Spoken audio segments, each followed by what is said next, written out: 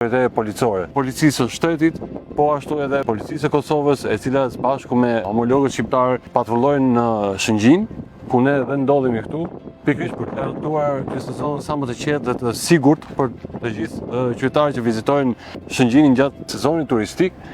ku i bashkojmë dhe apelit të drejtorit përgjithshëm të policisë së shtetit për të respektuar masat dhe rregullat e kodit rrugor, pasi sigurisht policia e shtetit është e detyruar të garantoj edhe parandalimin e gjatë të rrota, dhe sigurisht parandalimi kërkon së pari ndërgjegjësim të gjithsekujt, por padyshim për ta siguruar atë kërkon dhe masa administrative deri në heqjen e licencës e drejtimit për personat të cilët në mënyrë të parregull dhe të përsëritur shkelin normat e kodit rrugor,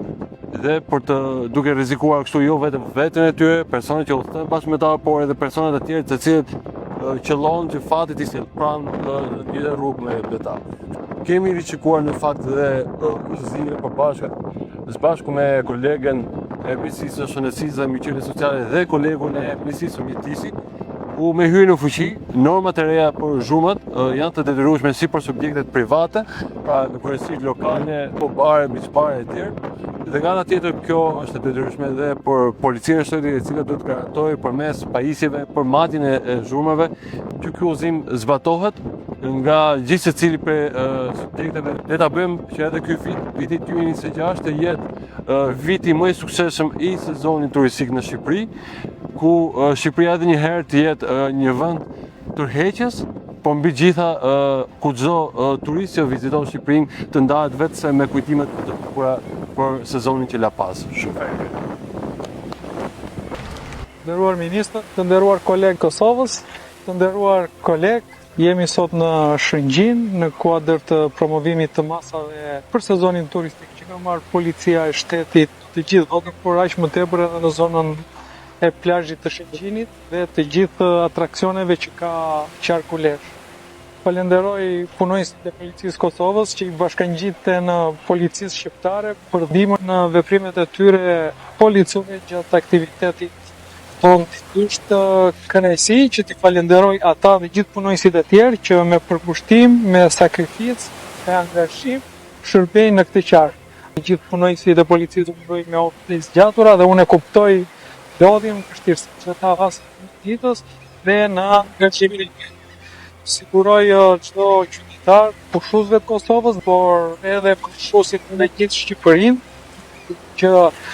po shërbimet e policisë që do jenë vendimtare në veprimet e tyre, në përkujdesjen dhe në angazhimin që ata kanë në të mirë të pushuesve dhe komunitetit. Është vërtet një sakrificë që këta bëjnë çdo ditë për t'u ardhur në ndihmë gjithë pushuesve që kemi. Shërbimet e qarkullimit rrugor, po vetëm me mjetet teknologjike gjatë fundjavës janë vendosur 357 gjoba për të kalim shpejtësie, ku ato varionin nga 150 deri mbi 200 km/h, dhe këtu gjej rastin të bëjë një thirrje të gjithë përdoruesve të rrugës që të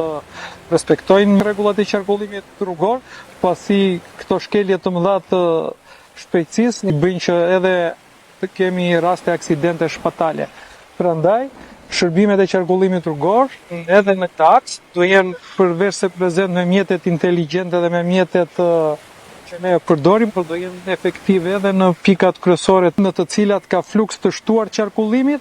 dhe në pikat e rrezikut ku ne kemi aksidente rrugore. Njëkohësisht, problematik tjetër që është ndjekur me shumë vëmendje nga drejtoria e qarkut ka qenë ndotja akustike, ku si rezultat i saj janë bërë matje të vazhdueshme, të herpashershme dhe deri tani nuk janë konstatuar probleme të mëdha, por gjithsesi kjo do jemi vëmendje të shtuar dhe të përditshme nga gjithë këto shërbime. Edhe një herë falenderoj gjithë strukturat që angazhohen për ditë, falenderoj gjithë punonjësit e policisë që i kemi këtu prezent, por dhe ata që s'janë, për të ofruar siguri, ndihmë dhe sjellje me etikë për të gjithë pushuesit dhe të gjithë komunitetin që kemi këtu. Ju falenderoj.